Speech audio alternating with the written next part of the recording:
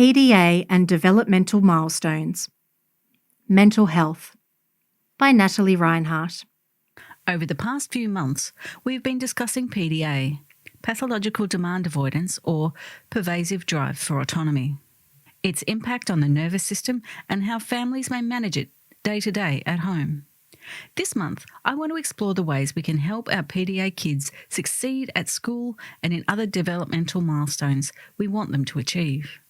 Mainstream schooling. Mainstream schools can really struggle with our PDA kids. Authority and social hierarchies often make no sense to a PDA person. No matter how much we explain that the teacher, parent or another adult is in charge, the PDA brain may say that they are not, because that can feel like a loss of control. Loss of control equals nervous system activation into fight, flight or freeze mode. This can look a lot like a PDA child in full fight activation, absconding from school grounds or becoming selectively mute and unmanageable in a classroom where there may be other students to support as well. Some schools are better than others at providing support for PDA families, but often we need to look at alternative school models at some stage. Alternative schools. Alternative models can include smaller schools with specific expertise in helping neurodivergent kids. These are not schools targeting kids with intellectual disabilities, generally an IQ of 70 and under, but schools designed for neurodivergent experiences that need different modes of teaching. The neurodivergent brain is often quite powerful when information is presented in a way it can best absorb. Teachers or teaching coaches are specifically trained in these areas and understand what to look for in their students. Classes are run differently, with much smaller class sizes and more one-on-one teaching. Education may lean into individual students' interests more to better capture their attention. Some good examples of these models include Indy College, Saints College, Baranga School and Croydon Community School. Some online school options exist, including Virtual Schools Victoria, UCA and Hailbury Pangea Online. However, I have often found PDA children struggle with online options such as these, where there is an expectation they will self-generate motivation to log in at specific times or complete work unsupported. There are, however, a number of short courses people can do online in their special interest areas. I use Coursera and edX a lot with clients. I will never forget one of my clients coming in waving a certificate of completion from an American university after finishing a short criminal psychology course. He was beaming with pride. Homeschooling. Other options include homeschooling, either 100% or for a proportion of the time, while also enrolled in a school. For full homeschooling, families need sign-off from the Department of Education. In shared schooling, the school will head up education around specific subjects and families take on the rest.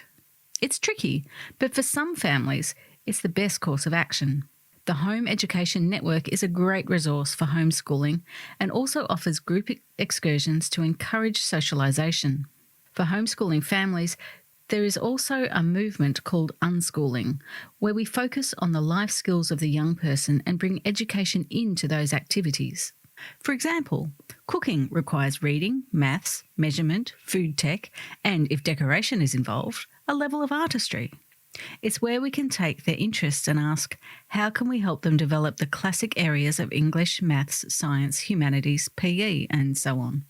An example from one of my clients included an amazing outline of expected new storylines in their favourite TV show for the next season, and why they thought so.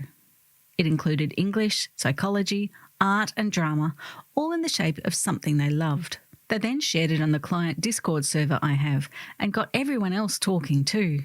When we look at our PDA kids, we often have to ask how we can redesign home life and education so it stops being a battle after battle that everyone hates. The notion of redesigning also follows through to the other developmental milestones. Tertiary and beyond. Work experience, driving, working and tertiary studies all need to be considered. Work experience very much has to be an area of interest for the young person and with an organisation that will allow them to engage slowly. The normal model of full-time work experience for 2 weeks often doesn't work for our PDA kids. But if they really like a possible career option, They can have multiple meetings with the place before they start, know who the person to go to is, and have pictures and clear outlines of the types of things that they will do. And we can get some good experiences happening. Applying for a learner's permit online may need body doubling, followed by lessons with a neurodivergent-friendly driving teacher. Sometimes explaining what you are doing and why as you drive, almost a quiet monologue, can help build understanding as well. Just speaking quietly as you go along. You can even throw in a, "Oh, what should we do here?" if it feels right.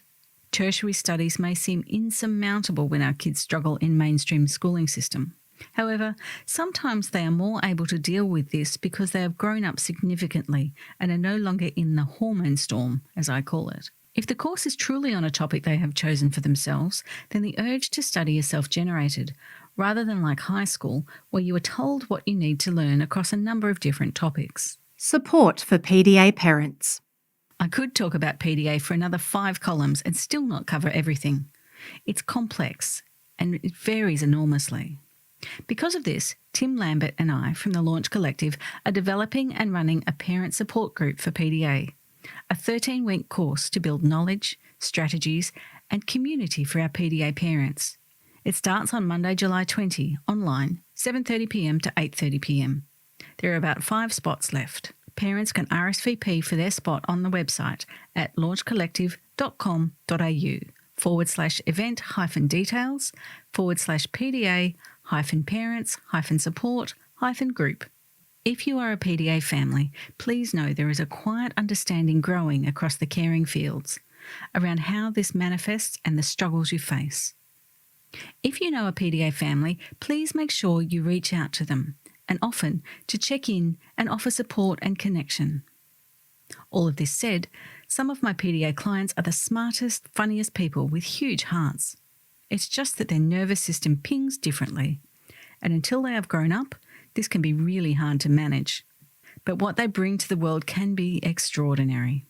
Until next time, folks. Natalie Rinehart is a young person and family counsellor, life coach and author. She is also the founder of the Launch Collective, which specialises in evidence-informed counselling, coaching, workshop-based activities and take-home challenges. Find out more at launchcollective.com.au. Email info@launchcollective.com.au or call or text 0425 735 106. The content of this column is of a general nature. Those seeking specific advice or support should consult a professional. The views expressed in this column are those of the writer and may not reflect the position of the editorial team. This story was read by Rebecca Rose and Sandy Miller.